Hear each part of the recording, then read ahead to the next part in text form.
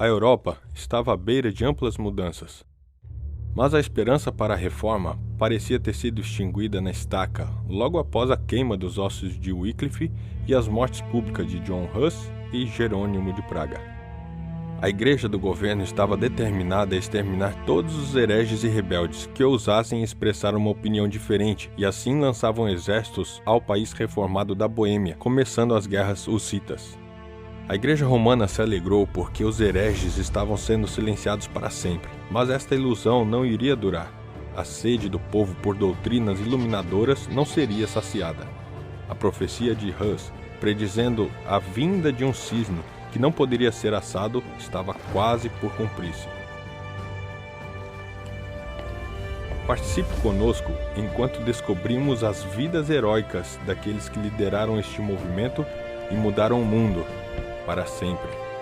Essa é a história da luz desacorrentada.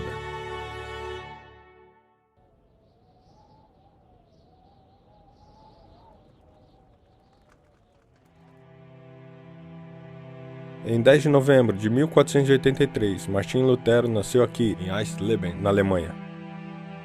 Os pais de Lutero eram plebeus alemães que queriam uma vida melhor para seu filho, com muito sacrifício.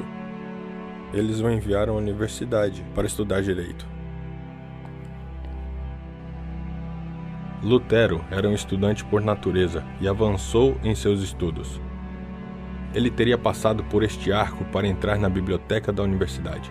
Um dia, enquanto Lutero estava examinando os livros, ele descobriu uma Bíblia completa em latim. Até agora, ele nem sabia que uma Bíblia completa existia. Ele só havia ouvido porções dos evangelhos recitados pelos padres. Ele estava admirado, segurando não apenas algumas páginas, mas a Bíblia completa. Seu ser estava comovido e ele pensou: "Oh, se Deus me desse um livro desses!" Isso possivelmente foi o começo de seu desejo de tornar a Bíblia disponível para o povo comum, na sua própria língua. Em 1505, Lutero estava voltando para Erfurt, onde ele estava estudando, quando uma tempestade fortíssima começou. Ele lutou para continuar, mas o medo lhe sobreveio quando ele se lembrou que um amigo havia sido morto com raio. Em terror ele clamou: "Salva-me, Santa Ana, e eu serei um monge!" A tempestade diminuiu e Lutero sobreviveu. Ele cumpriu sua promessa e, para a grande tristeza de seu pai, ele deixou de estudar direito para ingressar-se no monastério. A vida de Lutero havia sido cheia de temor. Como muitos que viviam na Idade das Trevas, ele tinha muito medo de demônios e de atividades sobrenaturais. Desesperado, ele entrou para o monastério para tentar achar paz. Quem sabe ele conseguiria encontrar descanso genuíno para sua alma. No monastério, Lutero gastava horas confessando, e quando terminava, ele começava tudo de novo. Finalmente, o seu confessor Staupitz se cansou disto. "Olha", ele falou, "se você quer que Cristo te perdoe, traga algo para ser perdoado." Ele assegurou a Lutero que seus pecados estavam perdoados e que ele poderia partir em paz, mas a mente de Lutero ainda o torturava. Um dia, quando na biblioteca, Lutero encontrou um livro contendo os sermões de João Huss. Intrigado, ele disse: "Eu não entendi por que eles queimaram um grande homem como este, que explicava a Bíblia com tanta solenidade e talento."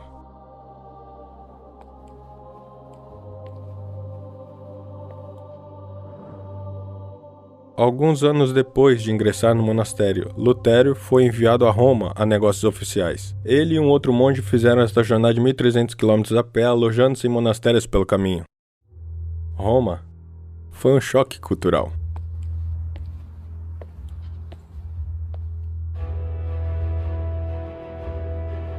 Aqui havia imensurável riqueza, luxúria e leviandade.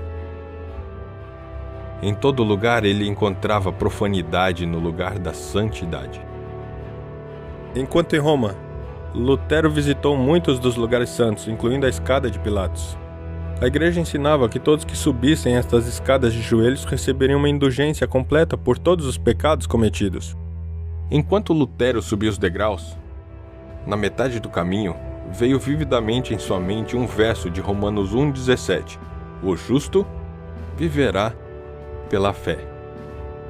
Como um raio que ilumina a escuridão, Lutero entendeu pela primeira vez que não eram suas obras que o salvariam, mas Jesus Cristo somente.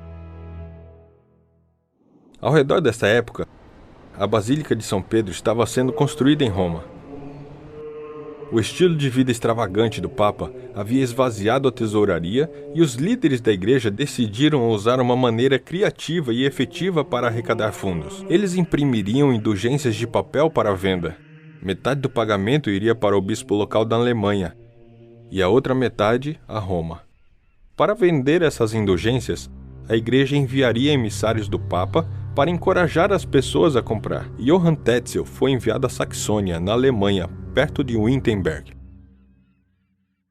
Johann Tetzel era um vendedor impressionante. Ele viajava por vários lugares da Alemanha, pregando sobre os horrores do purgatório e também a bondade da igreja em oferecer perdão e misericórdia por tão pouco dinheiro. Ora, dizia ele, quando a moeda no cofre cai, uma alma do purgatório de lá sai. Então ele perguntava, como alguém poderia ser tão egoísta que não aliviaria os parentes mortos do terrível sofrimento do purgatório? Os ignorantes supersticiosos, cheios de medo da morte e tormento, estavam prontos a aceitar esta oferta. Dinheiro entrou na tesouraria. Enquanto as pessoas pagavam